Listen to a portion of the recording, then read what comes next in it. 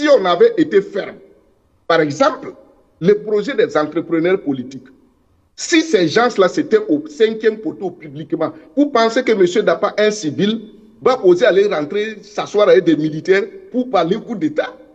Toi, un civil, tu vas aller t'asseoir avec des militaires pour parler coup d'État? Mais puisqu'il n'y a rien, les gens sont assis en prison. Ils vont purger leurs peines et puis sortir.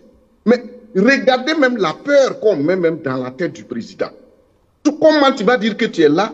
C'est pourquoi je dis, défendre l'Afrique, c'est la chose la plus difficile. Tu es là, assis, tu dis, tu défends ton pays, tu défends l'Afrique. Les Africains n'ont qu'à se lever, vous allez faire ça. Oh, c'est les mêmes Africains. Des mêmes Africains pour des questions d'argent. Et regardez l'argent là même, 3 millions. 3 millions 500 000 par là, combien d'ici? Et l'autre, on lui dit que non, on va le nommer DG de l'ONAB et il accepte. Comment toi, c'est un adjudant de police, on va vous dire qu'on va te mettre à l'ONAB, tu vas accepter. Mais les gens ont raison, puisqu'il n'y a plus de méritocratie. Et c'est pourquoi à chaque fois ici, je dis au président, quand le président Ibrahim Traoré a dit, je dis, s'il y a quelqu'un avec qui il faut s'afficher, c'est le Laurent Gbagbo là. Il faut qu'il y ait le mérite. Dans ce pays-là, il n'y a pas de mérite. Donc, c'est quoi? Il faut connaître quelqu'un. Moi, je connais M. Dapa, je viens à BF1, je rentre comme je veux. Même la secrétaire qui va dire, attends, on va appeler. Je dis, non, c'est moi là. Il n'y a pas de mérite. Donc, c'est ça qui fait qu'il y a tous ces désordres. Beaucoup d'intellectuels, même dans l'administration, des gens travaillent très bien, M. Dapa. Même décoration, ils ne peuvent pas avoir parce qu'ils ne connaissent pas quelqu'un. Des gens travaillent très bien.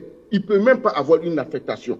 Vous voyez ces 2 jours-là, l'histoire de cette dame qui a été agressée, elle veut se faire affecter, ce sont ses propres collègues, sa propre hiérarchie même, qui lui complique la tâche même, plus que même l'agresseur. Et c'est ça, c'est dans une infirmière. Vous voyez comment dans l'administration, un de tes agents a des problèmes, c'est toi qui dois l'aider. Au contraire, c'est toi-même qui deviens le goulot d'étranglement. Et la bonne dame est désemparée, elle a fini par faire une vidéo pour appeler le président à sa rescousse.